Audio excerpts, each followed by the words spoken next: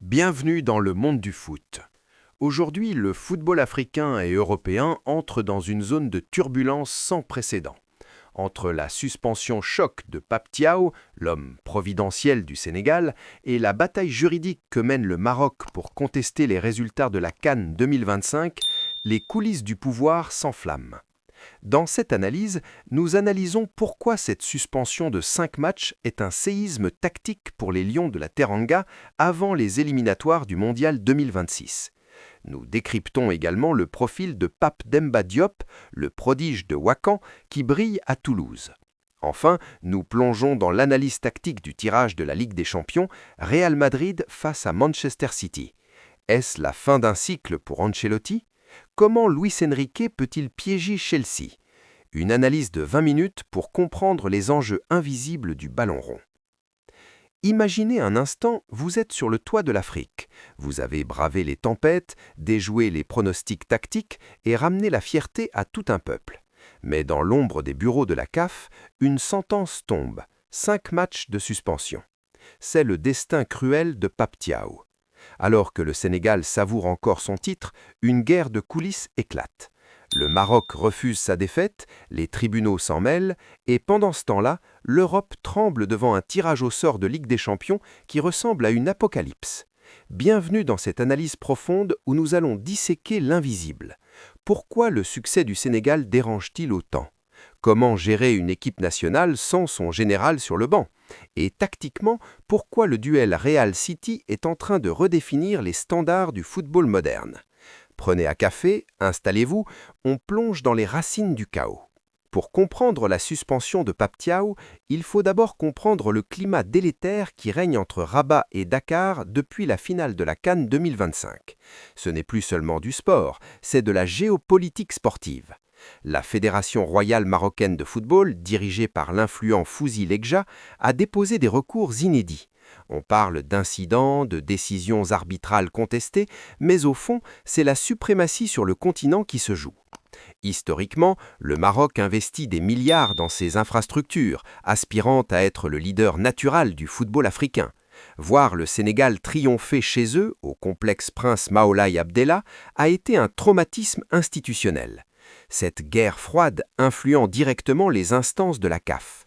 La suspension de Thiaw, intervenant dans ce contexte, pose une question de timing suspecte. Est-ce un affaiblissement délibéré avant les éliminatoires du Mondial 2026 ? Le Sénégal se retrouve dans une position où chaque victoire sur le terrain doit désormais être défendue devant les tribunaux. C'est un précédent dangereux pour le football africain, la fin de la souveraineté du terrain au profit de la diplomatie des couloirs. 5 matchs, c'est une éternité à l'échelle d'une sélection.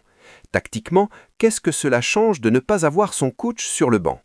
Beaucoup pensent que le travail se fait à l'entraînement. C'est vrai à 80%, mais les 20% restants, c'est le coaching réactif. Pape Thiaw est un maître de l'ajustement en temps réel. Souvenez-vous de ses changements de système en plein match lors de la phase de poule. Sans lui sur le bord de la touche contre le Togo ou en mars, le staff technique va devoir compenser une perte de leadership émotionnel. Le Sénégal risque de tomber dans une gestion trop académique. De plus, la communication avec le banc par des dispositifs électroniques est souvent limitée ou brouillée. Comment transmettre une consigne de pressing immédiat quand on est en tribune ? Nous allons analyser ici le rôle crucial que va devoir jouer son adjoint. C'est le moment pour le groupe des Lions de prouver leur maturité tactique. Ils ne doivent plus être des exécutants, mais des interprètes du jeu. On va observer si le bloc équipe reste aussi compact sans les cris de Thiaw pour repositionner les milieux.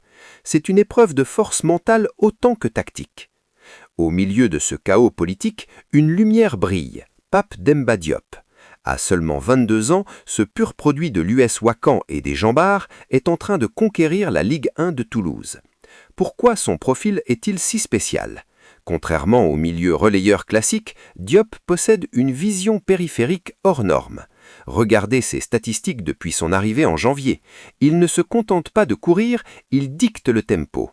Sa relation avec le sélectionneur Pape Thiaw est la clé. Il a déclaré publiquement « Il me connaît, je le connais ». C'est un appel du pied direct pour le Mondial 2026. Tactiquement, Diop pouvait être le chaînon manquant du milieu sénégalais, capable de faire la transition entre le bloc bas et l'attaque rapide. Son passage par Strasbourg, bien que freiné par les blessures, lui a donné cette rigueur européenne qui manquait à son jeu. À Toulouse, sous la houlette de Carles Martinez-Novel, il apprend à jouer dans les demi-espaces. C'est un profil moderne, un 8 box-to-box, capable de finir les actions. S'il continue sur cette lancée, il ne sera plus un remplaçant de luxe, mais le moteur de la reconstruction post-CAN. Pendant que les stars s'exilent, le cœur du Sénégal bat pour le derby Jaraaf-Ouakam. C'est ici que tout commence. Le duel entre Souleymane Diallo et Moussa Kantalou est fascinant. D'un côté, le pragmatisme froid de Diallo, adepte de l'analyse vidéo poussée, de l'autre, l'arrogance positive de Kantalou qui prône un football total, presque romantique. Ce match représente la santé de la Ligue 1 sénégalaise. On voit une professionnalisation accrue. Le Jaraaf, avec sa structure quasi-européenne, affronte l'insouciance de Ouakam. C'est ce vivier qui alimente la sélection nationale. L'ambiance au stadium montre que le football local regagne ses lettres de noblesse. Tactiquement, on observe des blocs de plus en plus hauts, une volonté de sortir le ballon proprement. On n'est plus dans le kick and rush des années 2000. C'est une révolution silencieuse qui explique pourquoi le Sénégal domine l'Afrique, parce que sa base est solide, éduquée tactiquement dès le plus jeune âge dans ses derbys électriques. Quittons un instant l'Afrique pour l'Europe où le tirage au sort a lâché une bombe. Real Madrid contre Manchester City. Encore eux. Mais cette année, c'est différent. Le Real est en pleine mutation tactique, cherchant un équilibre entre le génie individuel et la structure collective. City semble avoir atteint une forme de perfection robotique. C'est le choc entre l'ordre de Pep et le chaos maîtrisé de Carlo. Qui va l'emporter ? City part favori sur le papier, mais le Real possède cette mystique européenne qui échappe à toute statistique XG. Et que dire de PSG-Chelsea ? Pour Luis Enrique, c'est le test ultime. Chelsea, sous pression constante, est une bête blessée mais imprévisible. Le PSG doit prouver qu'il a finalement une identité de jeu au-delà de ses individualités. Nous allons voir un duel de pressing. Qui contrôlera le milieu de terrain ? Celui qui gagne la bataille de la transition gagnera le match. C'est une partie d'échecs à 100 millions d'euros. Le retour des huitièmes, le 11 mars, sera le pivot de la saison européenne. Alors, que retenir de cette semaine de séisme ? Le Sénégal est à la croisée des chemins. La suspension de Pape Thiaw est une cicatrice, mais elle peut devenir une force si le groupe se soude derrière son leader absent. La guerre juridique avec le Maroc n'est que le début d'une nouvelle ère où le football africain doit protéger son intégrité. Sur le terrain, des talents comme Pape Demba Diop assurent la relève.